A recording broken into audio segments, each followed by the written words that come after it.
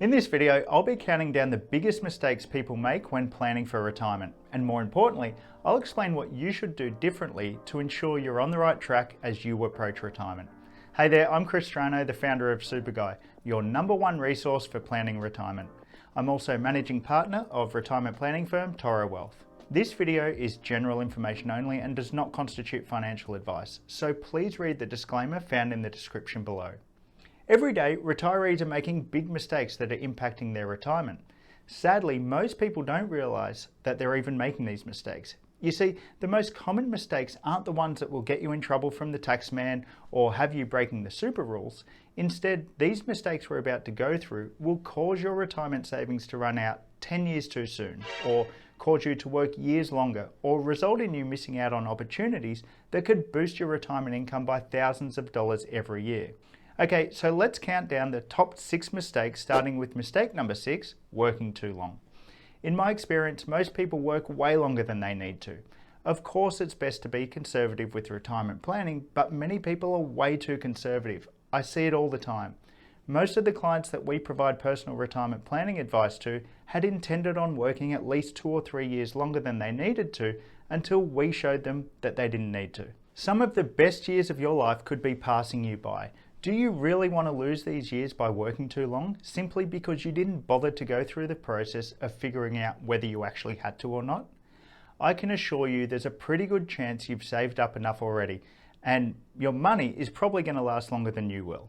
And it's not just me saying it. The Australian government's Retirement Income Review revealed that most retirees aren't spending their savings, but are leaving the majority of their retirement wealth as an inheritance. Specifically, studies indicate that retirees preserve 90% of their super balance, suggesting that they live off investment income only and leave the capital untouched.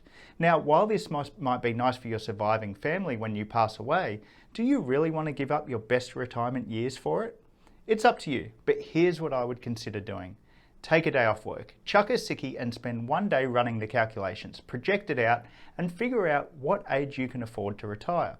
And look, if you're still unsure, get professional advice, because this one day off is probably going to give you months, if not years, of extra retirement. Time to do what you want, and who wouldn't want that? All right, moving on, mistake number 5, not optimizing your super contribution strategy. Neglecting to implement an efficient contribution strategy is one of the most common mistakes people make when saving for retirement.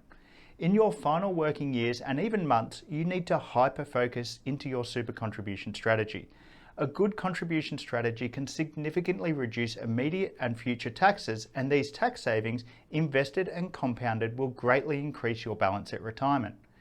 There are a number of types of contributions that you can make into super, such as salary sacrifice contributions, personal concessional contributions, after-tax contributions, spouse contributions, small business contributions, and downsizer contributions. But the types of contributions you should make and the amounts will be determined by your particular circumstances, such as your taxable income, your age, your retirement date, your super balance, employment status, and whether you are single or a member of a couple. Usually, in the lead up to retirement, you want to be getting as much of your wealth into superannuation as possible. However, this needs to be done in a tax-effective manner within limits and for the right reasons. Okay, next mistake, number 4, not taking into account inflation. Each year, the cost of living increases as a result of inflation, and the reality is in 10 years' time, you'll need around $80,000 to buy you what $60,000 buys you today. Failing to take into account inflation is one of the biggest mistakes a retiree can make, because inflation causes you to lose purchasing power over time, meaning you need to consider the investment returns required to keep up with inflation. Bank accounts and term deposits, for instance, have no growth component. They don't increase in capital value, and therefore they lose purchasing power every single day. Even an investment earning on average, say 6 to 7% per year, is only earning 3 to 4% per annum in real terms because of the effects of inflation.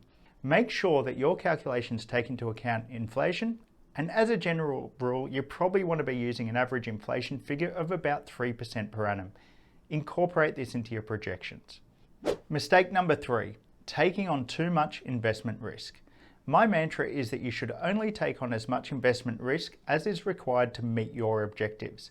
However, too many people take on more risk than is necessary, because every day I hear people saying, I just want to earn more than bank interest, or I want to earn at least 10% return on my super because that's what my neighbour is getting. But none of this provides any type of context or validity around the level of risk you should take.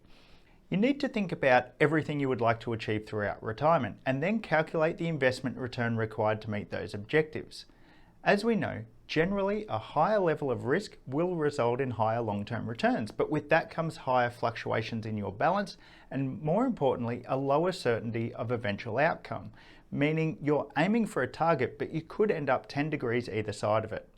Conversely, a lower level of risk is likely to produce a lower long-term return, which equals lower levels of volatility and a greater certainty of outcome, such as ending up maybe only 1 degree either side of your target. So risk can be defined as the certainty of achieving a particular level of return over a period of time. Now, the risk of your super investments should be consistent with the return required to achieve your objectives and the level of risk you are comfortable with. Comparing your super investments and returns with the flavour of the month or whatever your friends and family are earning is one of the biggest pitfalls in retirement planning. Put the blinkers on. You should be focusing on you and your goals only. But before you do that, put your blinkers on and focus on subscribing to my YouTube channel and click the notifications bell so you don't miss a video. Alright, the countdown continues. Mistake number 2, dismissing Social Security. Occasionally I hear people say that because they have $800,000 in super and they can spend $40,000 per year for 20 years because $800,000 divided by $40,000 equals 20 years. This is a major oversimplification of retirement planning calculation because it doesn't take into account investment earnings, inflation, social security such as the age pension.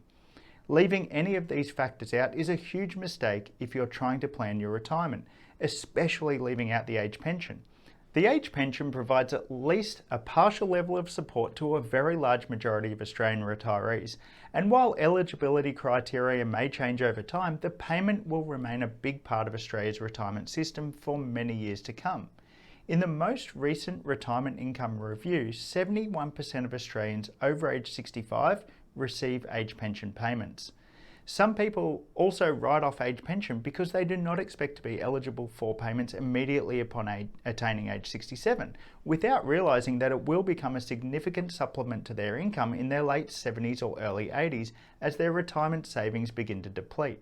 Now, of course, you can take the over-conservative approach by not including age pension payments in your retirement planning calculations as a worst-case scenario, but that would mean you'd be working an extra decade missing out on your youngest and most enjoyable retirement years, which means you've now fallen foul of our earlier retirement planning mistake, working too long. So when you're doing your retirement calculations, make sure you're using an Australian retirement calculator that includes age pension income. Alright, finally, here we are at the number one mistake retirees make. Drum roll please. The number one mistake retirees make in the months and years leading up to retirement is simply not having a retirement plan. Too many people make financial decisions year by year, usually in June of each year, small ad hoc decisions with little relevance to their longer term goals. Your retirement plan should be clear about how you will transition into retirement, the strategies you employ during those transitional years to ensure that they're being optimized from a tax and investment perspective, and then how retirement will be funded when you do eventually hang up the boots. Now, don't get me wrong, preparing and implementing a retirement plan is no easy task, and there are countless mistakes that can be made in the process, which is why if you were ever going to obtain professional financial advice, now would be the time. To give you an idea, at Toro Wealth, we spend around 25 to 30 hours on each and every retirement plan that we prepared for our clients, and we know all the rules. It's what we do every day, so it's probably going to take you a little bit longer. It surprises me how many people are reluctant to seek help from a professional at one of the most important stages of life financially. You've worked for 30 years and are now a few months or years away from living some of the best years of your life, yet you're willing to risk all that rather than seek professional retirement planning advice. Not only will professional advice put you in a better financial position, but it could even prevent you from making a huge financial blunder that will reverberate through your retirement years, and try and explain that one to your partner. If you are interested in getting retirement planning advice, my team and I specialise in helping people transition into retirement. We'll provide you with the confidence and support needed while ensuring that you utilise the super rules to provide you with a more secure retirement outcome. To find out more, follow the link in the description below. Stay super.